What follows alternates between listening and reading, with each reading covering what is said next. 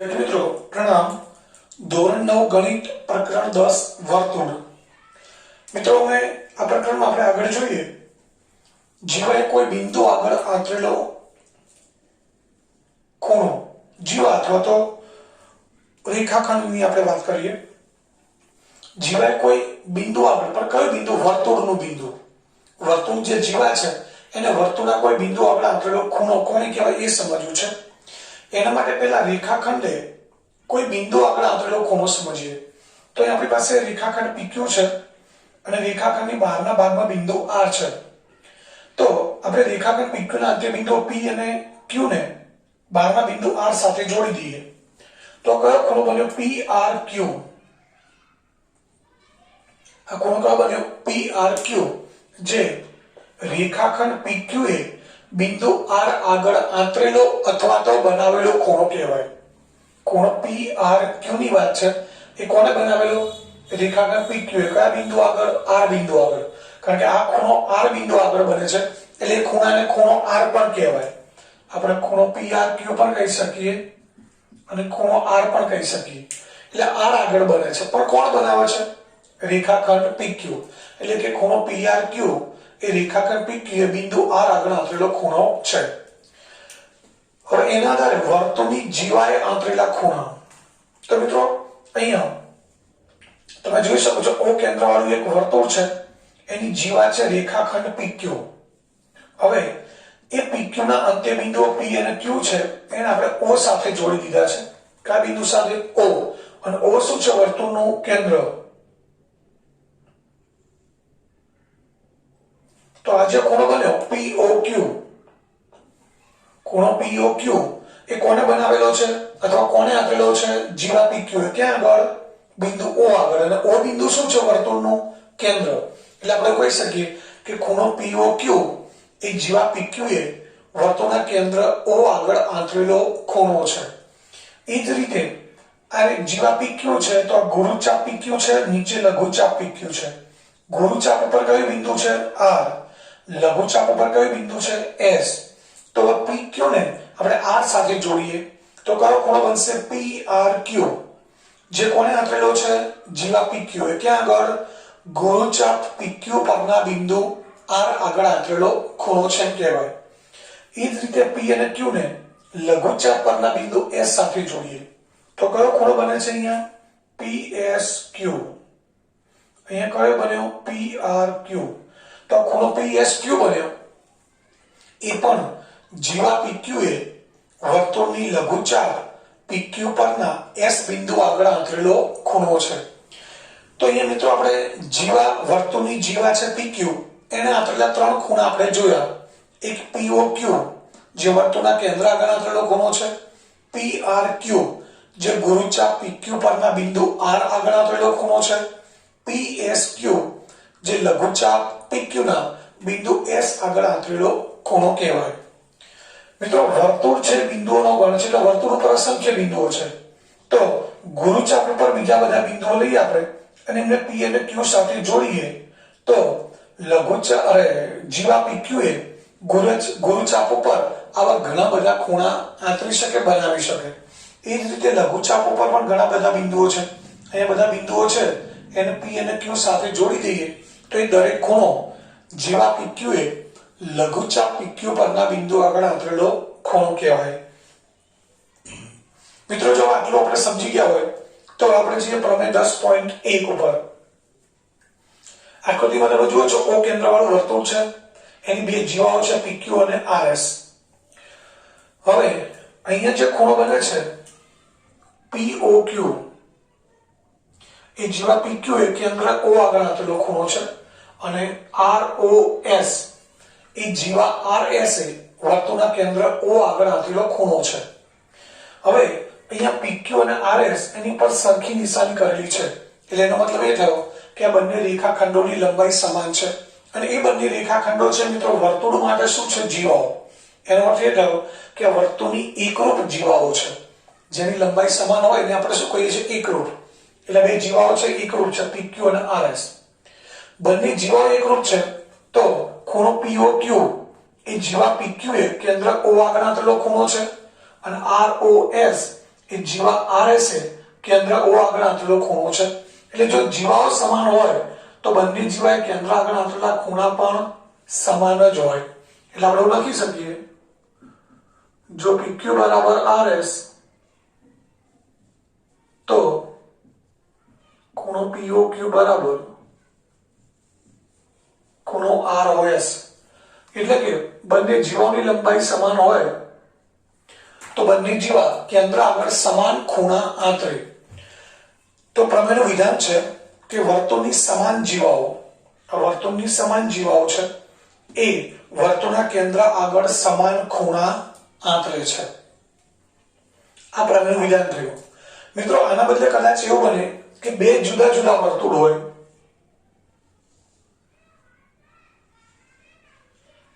બે જુદા જુદા વર્તુળ છે પરંતુ એ બંને વર્તુળ એકરૂપ છે.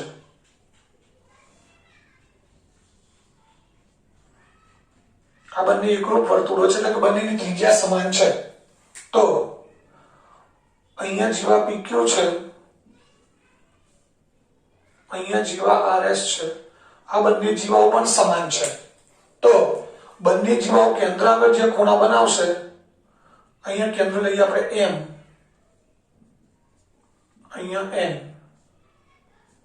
તો અહીંયા કેન્દ્ર આગળ ખૂણો બન્યો PMQ અને અહીંયા RNS. તો એકરૂપ વર્તુળની સમાન જીવાઓ કેન્દ્ર આગળ સમાન ખૂણા આંતરે છે. મિત્રો આ પ્રમેય 10.1 જ છે. ફરક એટલો છે કે એક વર્તુળની અંદર બે જીવાઓ હતી જે સમાન હતી. અહીંયા બે જીવાઓ જુદા જુદા વર્તુળમાં છે પરંતુ બે વર્તુળ કેવા છે? એકરૂપ, જેમની ત્રિજ્યાઓ સમાન હોય. બંને ત્રિજ્યાઓ સમાન છે એવા વર્તુળ છે, નાના મોટા વર્તુળ ના હોય. તો બે એકરૂપ વર્તુળોની સમાન જીવાઓ તેમના કેન્દ્ર આગળ સમાન ખૂણા આંતરે છે. એટલે મતલબ એ થયો કે એક જ વર્તુળની બે સમાન જીવાઓ હોય તો એ કેન્દ્ર આગળ સમાન ખૂણા આંતરે, અને બે એકરૂપ વર્તુળોની ભિન્ન જીવાઓ હોય એટલે કે બે એકરૂપ વર્તુળની જીવા ભિન્ન છે પણ માપ કેવા છે? સમાન. એટલે કે બે ભિન્ન વર્તુળની સમાન જીવાઓ છે પણ એ બંને ભિન્ન વર્તુળ એકરૂપ છે. એટલે બે એકરૂપ વર્તુળોની સમાન જીવાઓ કેન્દ્ર આગળ સમાન ખૂણા આંતરે છે. આ પ્રમેય 10.1 થયો. હવે 10.2 છે એનું પ્રતીપ વિધાન છે. અહીંયા શું વાત કરી? જીવાઓ એકરૂપ છે તો કેન્દ્ર આગળ સમાન ખૂણા આંતરે. એટલે તો જીવાઓ સમાન છે તો કેન્દ્ર આગળ આંતરેલા ખૂણા સમાન છે. એટલે જો PQ બરાબર RS તો ખૂણો POQ બરાબર ખૂણો ROS. એ જ રીતે જો PQ બરાબર RS તો ખૂણો PMQ બરાબર ખૂણો RNS. પ્રમેય 10.2 નું વિધાન ઊંધું છે. અહીંયા જીવાઓ સમાન હતી તો કેન્દ્ર આગળ આંતરેલા ખૂણા સમાન થયા. હવે આપણે શું કરવાનું કે જો બે જીવાઓ, વર્તુળની બે જીવાઓ કેન્દ્ર આગળ સમાન ખૂણા આંતરે તો એ બંને જીવાઓ સમાન હોય. એટલે અહીંયા ખૂણાઓ સમાન હોય તો જીવાઓ સમાન હોય. એટલે શબ્દો આગળ પાછળ થઈ ગયા એટલે પ્રતીપ વિધાન કહેવાય. એટલે પ્રમેય 10.2 નું વિધાન છે કે જો વર્તુળની બે જીવાઓ કેન્દ્ર આગળ સમાન ખૂણા આંતરે તો બે જીવાઓ કેવી હોય? સમાન હોય. તો પ્રમેય 10.1 અને 10.2 એ બંને એકબીજાના પ્રતીપ વિધાન છે. હવે ત્યારબાદ પ્રમેય 10.3 O કેન્દ્ર વાળું વર્તુળ છે, એની જીવા AB છે. આ O કેન્દ્રમાંથી આપણે જીવા પર લંબ દોર્યો છે, એ લંબ રેખાખંડ છે OM. તો પ્રમેય 10.3 નું વિધાન છે વર્તુળના કેન્દ્રમાંથી આ OM શું છે? જીવા પર દોરેલો લંબ. એ શું કરે? જીવાને દુભાગે છે. એટલે કે જીવાના બે સરખા ભાગ કરે. મિત્રો એ જીવાના બે સરખા ભાગ કયા થાય છે? AB જીવા છે, વચ્ચે બિંદુ M આવે એટલે બે ભાગ થયા, AM બરાબર BM. એટલે OM લંબ AB છે તો માટે AM બરાબર BM. એટલે આ રેખાખંડ જો લંબ હોય તો જીવાને શું કરે? દુભાગે. મિત્રો ધ્યાન આપજો, પ્રમેય 10.3 અને 10.4 પણ એકબીજાના પ્રતીપ વિધાન છે. જેમ અહીંયા શું હતું? જીવાઓ સમાન હોય. પ્રમેય 10.1 માં જીવા સમાન તો કેન્દ્ર આગળ આંતરેલા ખૂણા સમાન હોય. 10.2 નું વિધાન કે જો બે જીવાઓ કેન્દ્ર આગળ આંતરેલા ખૂણા સમાન હોય તો એ બે જીવાઓ સમાન હોય. તો અહીંયા શું છે? વર્તુળના કેન્દ્રમાંથી જીવા પર દોરેલો લંબ, એટલે લંબ છે તો એ જીવાને શું કરે? દુભાગે. હવે પ્રમેય 10.4 નું પ્રતિવિધાન છે કે જો વર્તુળના કેન્દ્રમાંથી પસાર થતી રેખા, આ રેખાખંડ છે એને આપણે લંબાવી દઈએ તો રેખા બની જાય અને એ જીવાને દુભાગે. અહીંયા શું છે? લંબ છે તો દુભાગે છે. અહીંયા દુભાગે જે શબ્દ પહેલા વાપરવાનો. તો વર્તુળના કેન્દ્રમાંથી પસાર થતી રેખા જીવાને દુભાગે તો તે રેખા જીવાને લંબ હોય. એટલે એક દુભાગે જે શબ્દ પહેલા આવશે, લંબ છે પછી આવશે. એટલે આ બંને ઉલટ સુલટ થઈ જાય કે જો AM બરાબર BM હોય તો OM લંબ AB. એટલે કે જો વર્તુળના કેન્દ્રમાંથી પસાર થતી જીવા છે, રેખા છે, કેન્દ્રમાંથી પસાર થતી રેખા એ જીવાને દુભાગે છે તો એ રેખા જીવાને લંબ હોય એટલે કે કાટખૂણે છેદે. તો પ્રમેય 10.3 10.4 નું વિધાન થયું. શું ફરક છે એકવાર સમજી લઈએ. આ રેખાખંડ જીવાને લંબ છે એવું આપેલું છે તો જીવાના બે સરખા ભાગ થાય એટલે AM બરાબર BM થાય. 10.4 માં શું છે કે આ રેખાખંડના બદલે આપણે રેખા લઈ લઈએ. રેખા જીવાને દુભાગે છે એટલે બે સરખા ભાગ કરે છે તો એ રેખા કેવી હોય? જીવાને લંબ એટલે કે કાટખૂણે છેદે. આ પ્રમેય 10.4 થયો. હવે ત્યારબાદ આગળ જોઈએ પ્રમેય 10.5. પરંતુ એ પહેલા એક બિંદુમાંથી પસાર થતા વર્તુળ, બે બિંદુમાંથી પસાર થતા વર્તુળ, એ બધા વર્તુળોની સંખ્યાની આપણે ચર્ચા કરી. ત્યારબાદ આગળ જઈશું પ્રમેય ઉપર.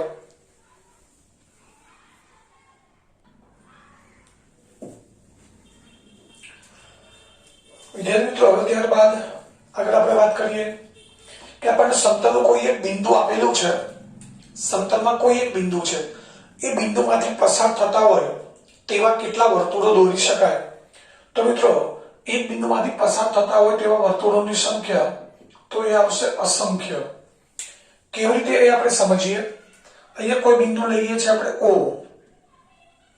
O બિંદુમાંથી પસાર થતા વર્તુળ આપણે દોરવા છે. વિચારીએ તો 1 2 3 4 5 6 7 8 1 2 3 4 1 2 3 4. મિત્રો, આવા કેટલા વર્તુળો દોરી શકાય કે જે એક બિંદુમાંથી પસાર થાય? અસંખ્ય વર્તુળો દોરી શકાય.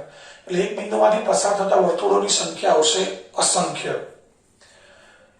ત્યારબાદ બે ભિન્ન બિંદુઓમાંથી પસાર થતા વર્તુળો તો એ પણ મિત્રો અસંખ્ય આવશે. એ કેવી રીતે એ જોઈએ. અહીંયા બિંદુઓ છે P અને Q. P અને Q માંથી પસાર થતા આપણે વર્તુળો દોરીએ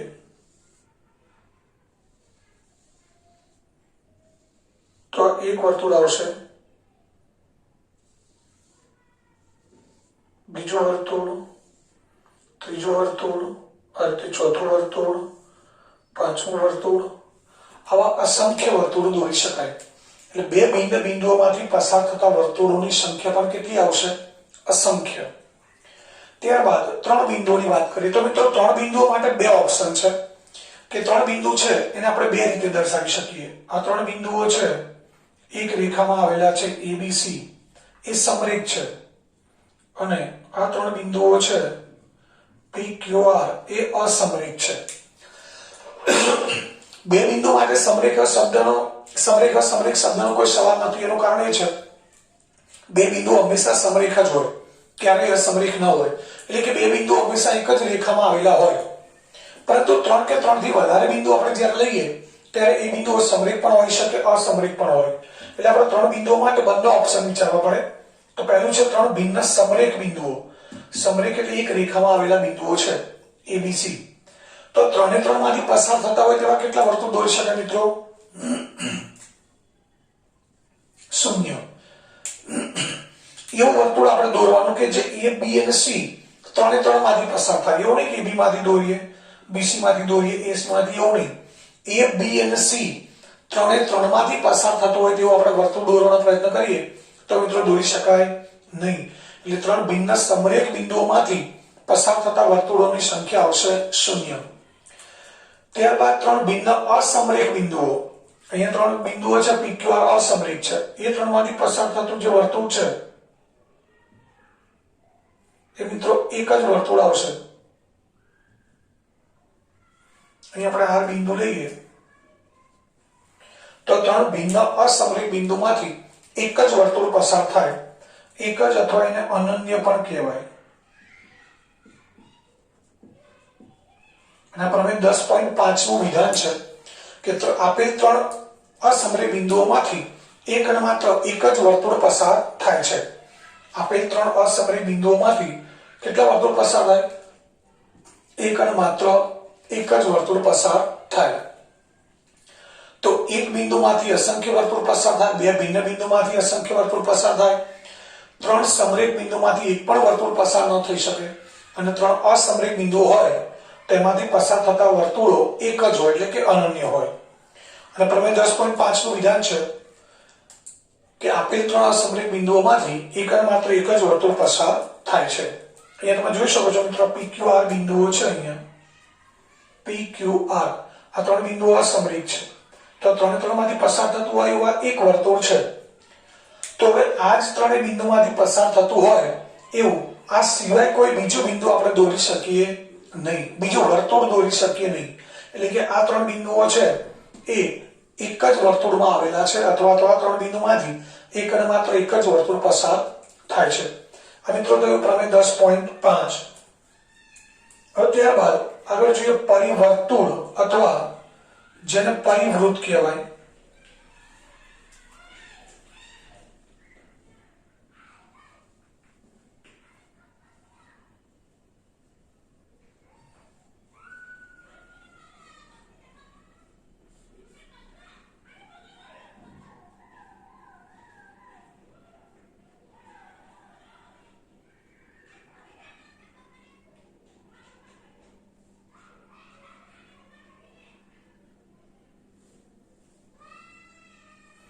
અહીંયા આપણી સામે આકૃતિમાં એક વર્તુળ છે જે ત્રિકોણ PQR છે.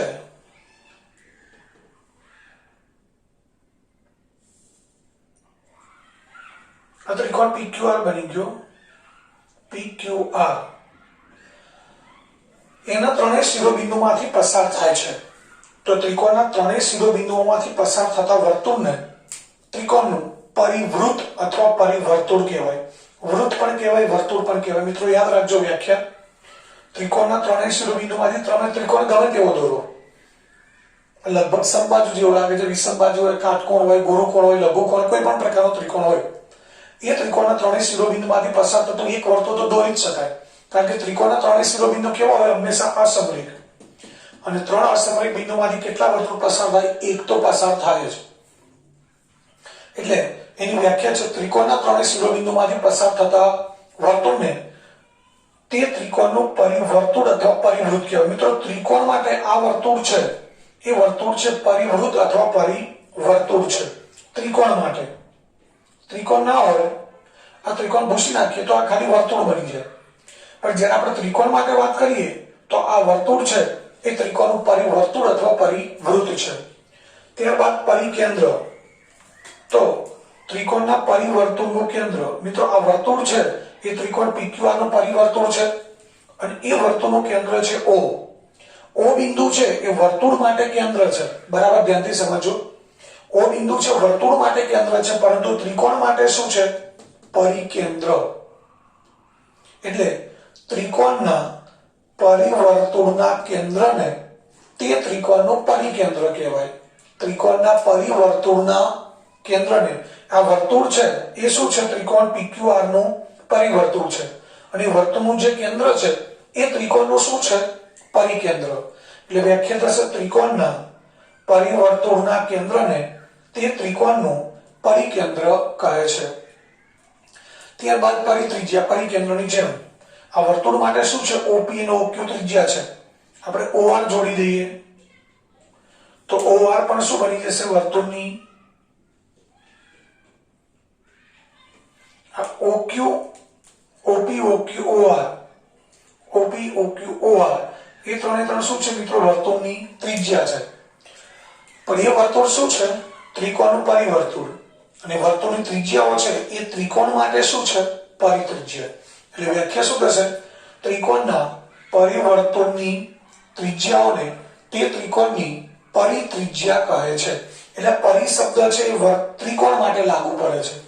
પરી કાઢી નાખો તો વર્તુળ કેન્દ્ર અને ત્રિજ્યા તો આપણને ખબર જ છે કે વર્તુળ છે, કેન્દ્ર છે અને આ ત્રિજ્યા છે. પણ આગળ પરી લાગે એટલે પરિવર્તુળ કોનું કહેવાય? ત્રિકોણનું. પરિકેન્દ્ર તો ઓ બિંદુ કોનું પરિકેન્દ્ર છે? ત્રિકોણનું. પરિત્રિજ્યા ઓપી ઓક્યુ ઓઆર એ પરિત્રિજ્યા છે તો કોની? ત્રિકોણની. તો આ પરિવર્તુળ, પરિકેન્દ્ર અને પરિત્રિજ્યાની વાત થઈ. હવે ત્યારબાદ સમાન જીવાઓ અને કેન્દ્રથી તેમનું અંતર. તો મિત્રો અહીંયા આપણી પાસે અહીંયા વર્તુળની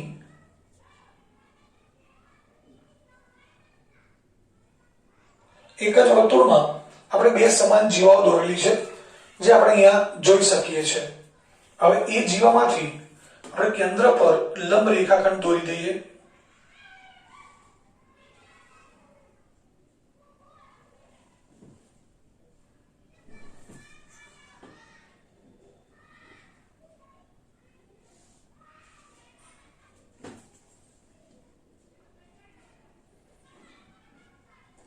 આ બિંદુ લઈએ એમ,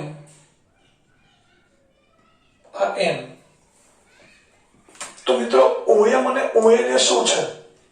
વર્તુળના કેન્દ્રથી જીવાનું લંબ અંતર, અથવા આપણે અંતર કહીએ તોય ચાલે, પણ આમ જોવા જઈએ તો કેન્દ્રથી જીવાનું અંતર અહીંયા લઈએ, આ લઈએ, આ લઈએ, અહીંયા વચ્ચે કોઈ લઈએ તો પણ ચાલે, પણ આપણે અહીંયા માત્ર લંબ અંતરની જ વાત છે એટલે આપણે સમજીશું લંબ અંતર. તો આ બે જીવાઓ સમાન છે, પીક્યુ અને આરએસ બે જીવાઓ સમાન છે. તે બંનેના કેન્દ્રથી અંતર ઓએમ અને ઓએન પણ હંમેશા કેવા હોય? સમાન હોય. આપણને 10.6 નું વિધાન છે કે વર્તુળની સમાન જીવાઓ વર્તુળના કેન્દ્રથી સમાન અંતરે હોય. પીક્યુ અને આરએસ બંને જીવાની લંબાઈ સમાન છે, નાની મોટી નથી, યાદ રાખજો.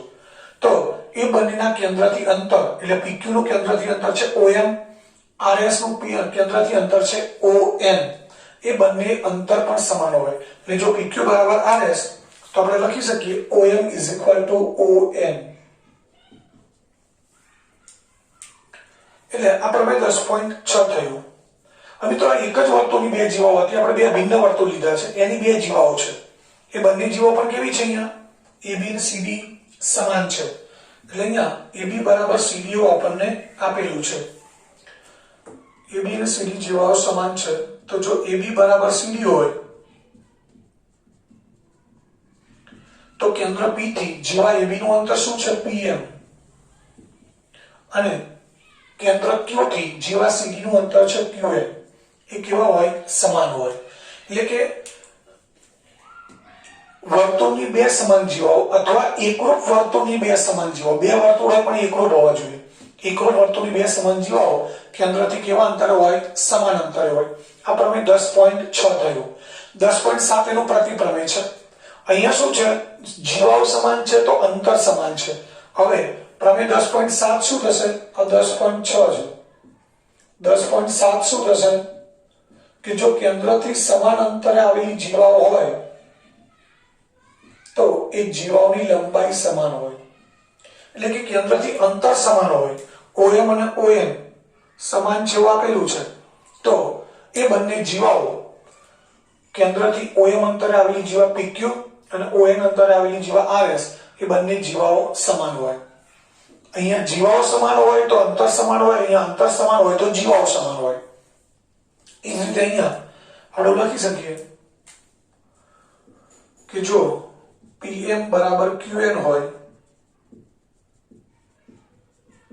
તો AB બરાબર CD, PM બરાબર QN એટલે કે કેન્દ્રથી સમાન અંતરે આવેલી બે જીવાઓ છે પણ વર્તુળો કેવા હોય છે મિત્રો? એકરૂપ. એકરૂપ વર્તુળની કેન્દ્રથી સમાન અંતરે આવેલી જીવાઓ છે, આ બે સમાન અંતર છે તો બે જીવાઓની લંબાઈ સમાન હોય. આ પ્રમેય થયું 10.7.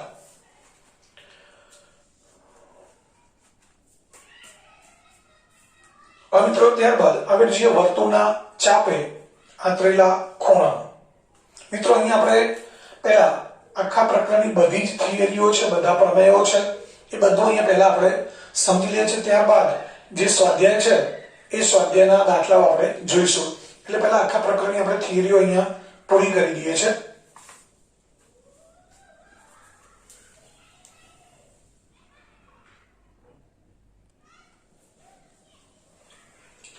મિત્રો હવે આગળનો મુદ્દો છે વર્તુળના ચાપે આંતરેલો ખૂણો. અત્યાર સુધી આપણે વર્તુળની જીવાએ આંતરેલા ખૂણાની વાત કરી. હવે વર્તુળની ચાપે આંતરેલો ખૂણો. એમાં પહેલું વર્તુળના ચાપે કેન્દ્ર આગળ આંતરેલો ખૂણો.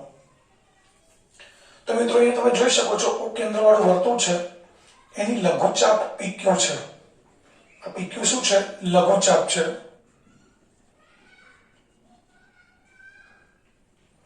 અને એ PQ ચાપના અંત્ય બિંદુઓ છે P અને Q, એને આપણે કેન્દ્ર સાથે જોડી દઈએ છીએ. તો અહીંયા ખૂણો કયો બને છે? POQ. તો આપણે કહી શકીએ ખૂણો POQ એ લઘુચાપ PQ એ કેન્દ્ર આગળ આંતરેલો ખૂણો છે.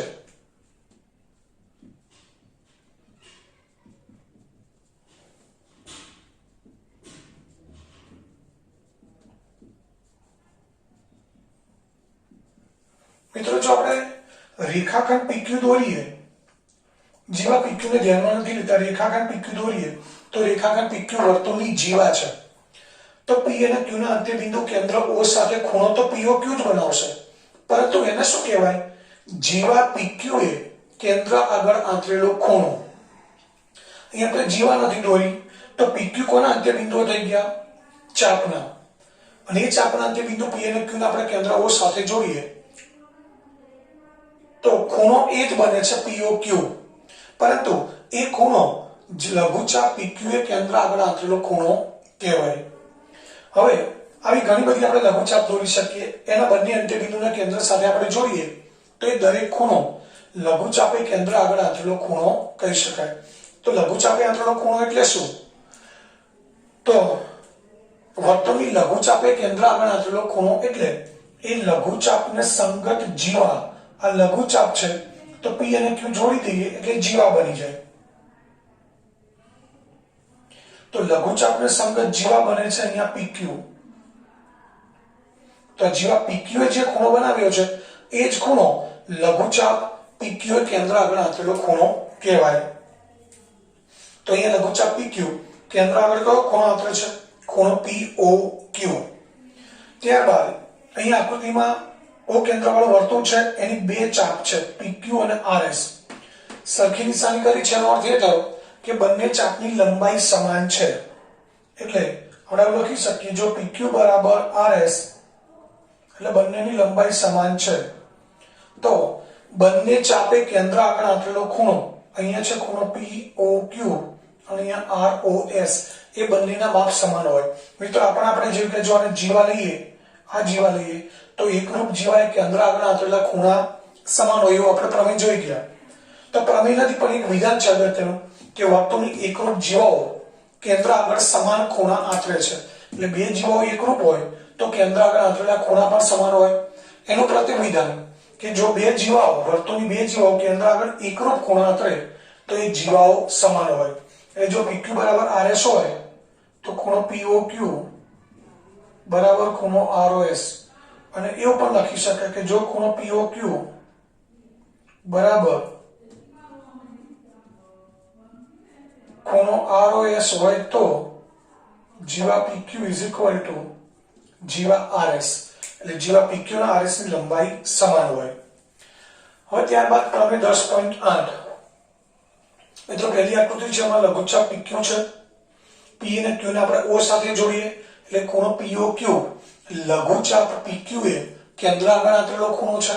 ત્યારબાદ એ બિંદુ છે એ ગુરુચાપ પરનું બિંદુ છે. P અને Q ને આપણે એ બિંદુ સાથે જોડીએ તો કયો ખૂણો બને છે? PAQ. જે લઘુચાપ PQ એ ગુરુચાપ પર આંતરેલો ખૂણો છે. અથવા તો વર્તુળના બાકીનો ભાગ એટલે લઘુચાપ સિવાયનો ખૂણો PAQ ને શું કહેવાય? લઘુચાપ PQ એ ગુરુચાપ પરના કોઈ બિંદુએ આંતરેલો ખૂણો અથવા તો વર્તુળના બાકીના ભાગ, લઘુચાપ સિવાયનો બાકીનો ભાગ જેને આપણે શું કહીએ છીએ? ગુરુચાપ.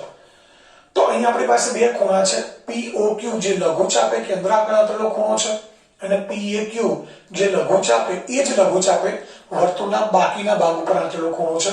તો મિત્રો પ્રમેય 10.8 નું વિધાન છે જે ખૂબ અગત્યનું છે કે વર્તુળના લઘુચાપે કેન્દ્ર આગળ આંતરેલો ખૂણાનું માપ એટલે POQ તે જ લઘુચાપે વર્તુળના બાકીના ભાગ ઉપર આંતરેલા ખૂણાના માપ કરતા બમણું હોય. એટલે કેન્દ્ર આગળ આંતરેલો ખૂણો છે એ બાકીના ભાગ ઉપર આંતરેલા ખૂણા કરતા બમણો હોય. એટલે POQ ઇઝ ઇક્વલ ટુ શું થાય? તો ખૂણો PAQ. ખૂબ અગત્યનું વિધાન છે. વર્તુળની લઘુચાપે કેન્દ્ર આગળ આંતરેલો ખૂણો POQ છે અને એ જ લઘુચાપે વર્તુળના બાકીના ભાગ ઉપર એ બિંદુ આગળ આંતરેલો ખૂણો છે PAQ. તો કેન્દ્ર આગળ આંતરેલો ખૂણો બાકીના ભાગ ઉપર આંતરેલા ખૂણા કરતા હંમેશા બમણો હોય. એટલે કે 40 હોય તો 80 હોય, 50 હોય તો 100 હોય, આ 120 હોય તો એના કરતા અડધો હોય. એટલે કેન્દ્ર આગળ આંતરેલા ખૂણા કરતા બાકીના ભાગ ઉપર આંતરેલો ખૂણો અડધો હોય. મિત્રો અહીંયા આ લઘુચાપ લીધી છે આપણે. લઘુચાપના બદલે તમે જોઈ શકો છો અર્ધવર્તુળ ચાપ છે. તો એને કેન્દ્ર આગળ આંતરેલો ખૂણો કયો છે? POQ, જે સરળ કોણ છે 180. તો મિત્રો અર્ધવર્તુળ ચાપ માટે પણ આ વિધાન સાચું છે. એટલે અહીંયા પણ POQ ઇઝ ઇક્વલ ટુ તો ખૂણો PAQ થાય. POQ એટલે આ 180 થઈ ગયો, આ 180. તો આ કેટલો હોય? 90 જ હોય. તો અહીંયા અર્ધવર્તુળ ચાપ માટે પણ આ ખૂણો, આ પ્રમેય સાચું સાબિત થાય છે કે આ અર્ધવર્તુળ ચાપ છે તો એને કેન્દ્ર આગળ આંતરેલો ખૂણો 180 છે, સરળ કોણ છે. તો એ જ લઘુચાપે બાકીના ભાગ ઉપર આંતરેલો ખૂણો PAQ છે, કાટખૂણો હોય. અને મિત્રો આની પરથી એક બીજી બાબત આપણે ખાસ યાદ રાખવાની કે આ વ્યાસ થઈ ગયો. અર્ધવર્તુળ છે એટલે વ્યાસ છે, તો ઉપરનું પણ અર્ધવર્તુળ છે. અને આ જે ખૂણો PAQ બન્યો એ અર્ધવર્તુળમાં અંતર્ગત ખૂણો છે. આ જે PAQ બન્યો ક્યાં બન્યો? અર્ધવર્તુળમાં. વર્તુળના વ્યાસે અર્ધવર્તુળ પર આંતરેલો ખૂણો, અર્ધવર્તુળમાં અંતર્ગત ખૂણો હંમેશા કાટખૂણો હોય. એ તમે જોઈ શકો છો આ ખૂણો તો 180 બને છે, એટલે આ કેટલો હોય? અડધો, 90 જ હોય.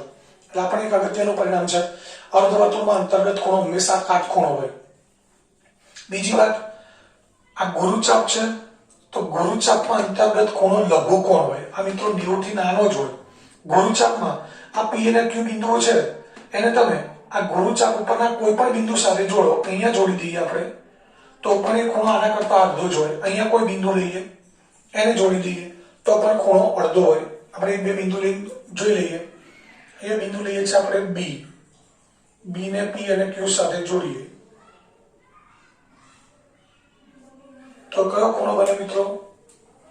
PBQ. એ પણ POQ કરતા અડધો હોય. અહીં આપણે લઈએ બિંદુ C.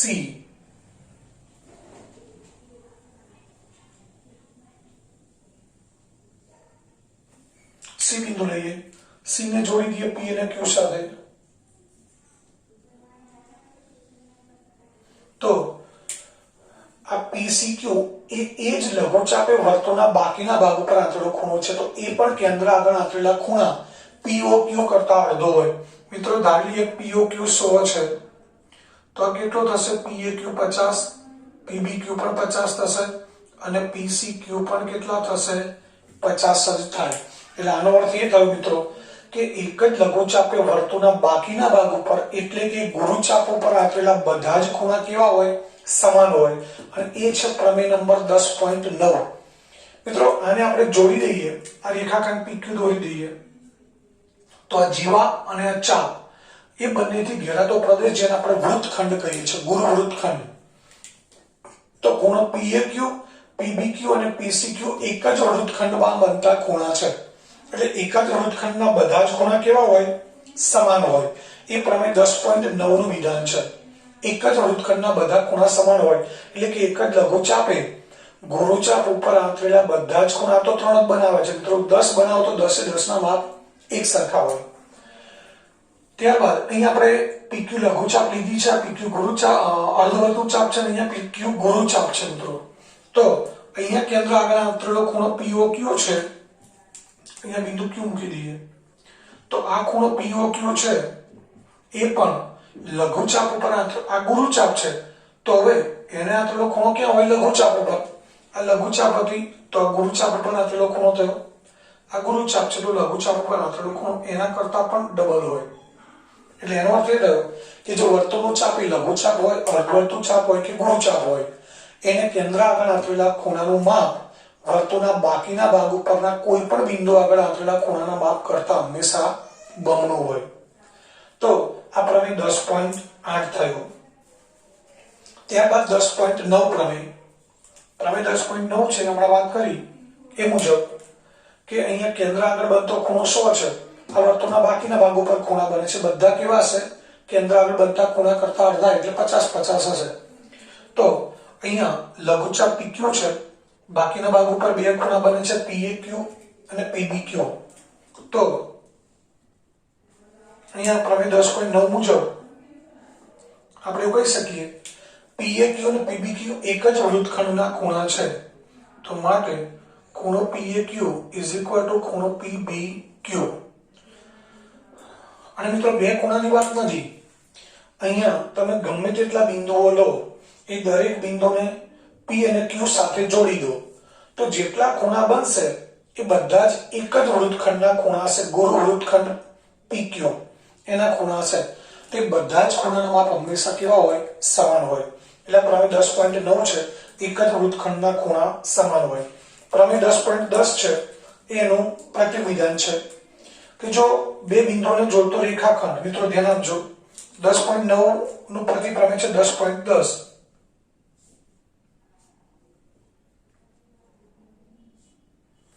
અહીં આપણે એવું કહી શકીએ છીએ કે PAQ અને PBQ એમાં આપણે વર્તુળ ભૂલી જઈએ તો એવું કહી શકાય કે આ બંને A અને B એક જ વર્તુળના બિંદુઓ છે. એક જ વર્તુળના બિંદુઓ છે એટલે રેખાખંડ PQ એટલે કે GY અથવા તો લઘુચાપે કેન્દ્ર આગળ આપેલા ખૂણા સમાન છે. પ્રમેય 10.10 એનું પ્રતિવિધાન છે કે જો બે બિંદુઓને જોડતો રેખાખંડ, એટલે આપણે શરૂઆત આ રીતે કરવી પડે, બે બિંદુઓને જોડતો રેખાખંડ એ રેખાની એક જ બાજુએ આવેલા બે બિંદુ આગળ સમાન ખૂણા આપે. અહીંયા બે બિંદુઓ છે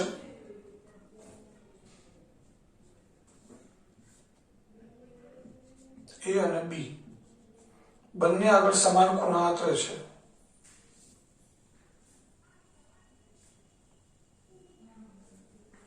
બંને ખૂણા કેવા છે? સમાન. તો ચારે બિંદુઓ એક જ વર્તુળ પર, મિત્રો અહીંયા જુઓ તમે, આ ચારે બિંદુ એક જ વર્તુળ પર હતા તો બંને ખૂણા સમાન થયા. અહીંયા ખૂણાઓ સમાન છે તો એવું કહેવાય કે ચારે બિંદુઓ એક જ વર્તુળ પર હોય. એટલે પ્રમેય 10.10 એ પ્રમેય 10.9 નું પ્રતિવિધાન છે અથવા તો પ્રતિપ્રમેય છે. હવે ત્યારબાદ મિત્રો એક છેલ્લો મુદ્દો બાકી રહ્યો છે એ જોઈ લઈએ, ચક્રીય ચતુષ્કોણ.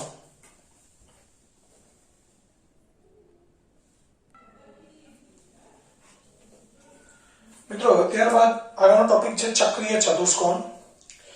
ચક્રીય ચતુષ્કોણ કોને કહેવાય? તો અહીં આપણી સામે એક ચતુષ્કોણ છે PQRS, જેના ચાર શિરોબિંદુ PQR અને S એક જ વર્તુળ પર છે. તો એવા ચતુષ્કોણને ચક્રીય ચતુષ્કોણ કહેવાય. એટલે ચક્રીય ચતુષ્કોણની વ્યાખ્યા છે જે ચતુષ્કોણના ચારેય શિરોબિંદુઓ એક જ વર્તુળ પર આવેલા હોય તેવા ચતુષ્કોણને ચક્રીય ચતુષ્કોણ કહે છે. જે ચતુષ્કોણના ચારેય શિરોબિંદુઓ એક જ વર્તુળ પર આવેલા હોય તેવા ચતુષ્કોણને ચક્રીય ચતુષ્કોણ કહે છે. મિત્રો ચક્રીય ચતુષ્કોણ માટે એક અગત્યની બાબત એ છે પ્રમેય 10.11 કે ચક્રીય ચતુષ્કોણના સામસામેના ખૂણાની પ્રત્યેક જોડના ખૂણાઓનો સરવાળો 180 થાય. અહીંયા સામસામેના ખૂણાની કઈ જોડ બનશે? P અને R. તો ખૂણો P પ્લસ ખૂણો R બરાબર 180. બીજી જોડ કઈ બનશે? Q અને S. તો ખૂણો Q પ્લસ ખૂણો S બરાબર 180. એટલે આ એક અગત્યનું પ્રમેય છે કે ચક્રીય ચતુષ્કોણ કોને કહેવાય? જે ચતુષ્કોણના ચારે શિરોબિંદુ એક જ વર્તુળ પર હોય. એટલે કે ચક્રીય ચતુષ્કોણ હોય કોઈ તો એના ચારે શિરોબિંદુ એક જ વર્તુળ પર આવેલા હોય અને એના સામસામેના ખૂણા પૂરક હોય. એટલે P અને R એમનો સરવાળો 180 થાય. Q અને S એ પણ સામસામેના છે, એમનો સરવાળો 180 થાય. જે પ્રમેય 10.11 છે. પ્રમેય 10.12 એનું પ્રતિપ્રમેય છે. અહીંયા શું છે? ચક્રીય ચતુષ્કોણ છે તો સામસામેની ખૂણાની બંને જોડ પૂરક હોય એટલે કે સરવાળો 180 થાય. તો અહીંયા શરૂઆત ક્યાંથી થશે? જે ચતુષ્કોણના સામસામેના ખૂણાની પ્રત્યેક જોડના ખૂણા પૂરક હોય અથવા તો પ્રત્યેક જોડના ખૂણાનો સરવાળો 180 થાય એ ચતુષ્કોણ કેવો હોય? ચક્રીય ચતુષ્કોણ. એટલે અહીંયા ચક્રીય ચતુષ્કોણ હોય તો સરવાળો 180 થાય. 10.11 મુજબ, તો 10.12 મુજબ શું થશે? સામસામેના ખૂણાઓનો સરવાળો 180 થાય તો એક ચતુષ્કોણ કેવો હોય? ચક્રીય ચતુષ્કોણ હોય. આ પ્રમેય છે 10.12. તો 10.11 નો 10.12 એકબીજાના પ્રત્યમ વિધાન છે. હવે મિત્રો ખાસ આ પ્રકરણના અગત્યના મુદ્દા એકવાર નજર મારી લઈએ.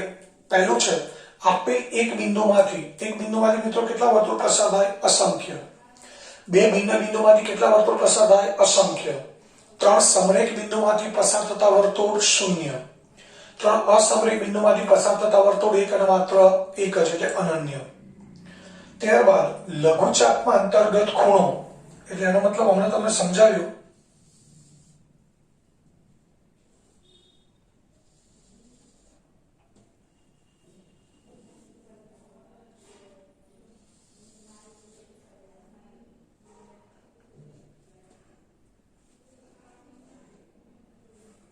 આ PQ છે, લઘુચાપ છે. અહીંયા R બિંદુ લઈએ તો લઘુચાપ PQ છે એ ગુરુચાપ ઉપર અહીંયા ખૂણો બનાવે છે. આ કઈ ચાપ છે? ગુરુચાપ PQ.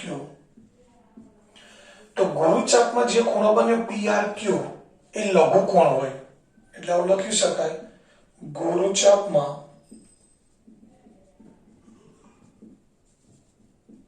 અંતર્ગત ખૂણો લઘુ કોણ હોય. એટલે ચાપ ગુરુ તો ખૂણો લઘુ. હવે એ જ રીતે અહીંયા બિંદુ S લઈએ તો આ લઘુચાપ PQ છે, એમાં જે ખૂણો બનશે PSQ એ કેવો છે? જોઈને ખબર પડી કે આ ગુરુ કોણ છે, એટલે આપણે લખી શકીએ લઘુચાપમાં અંતર્ગત ખૂણો ગુરુ કોણ. એટલે ચાપ લઘુ તો ખૂણો ગુરુ કોણ. ત્યારબાદ બાકી રહી વાત અર્ધવર્તુળ ચાપની.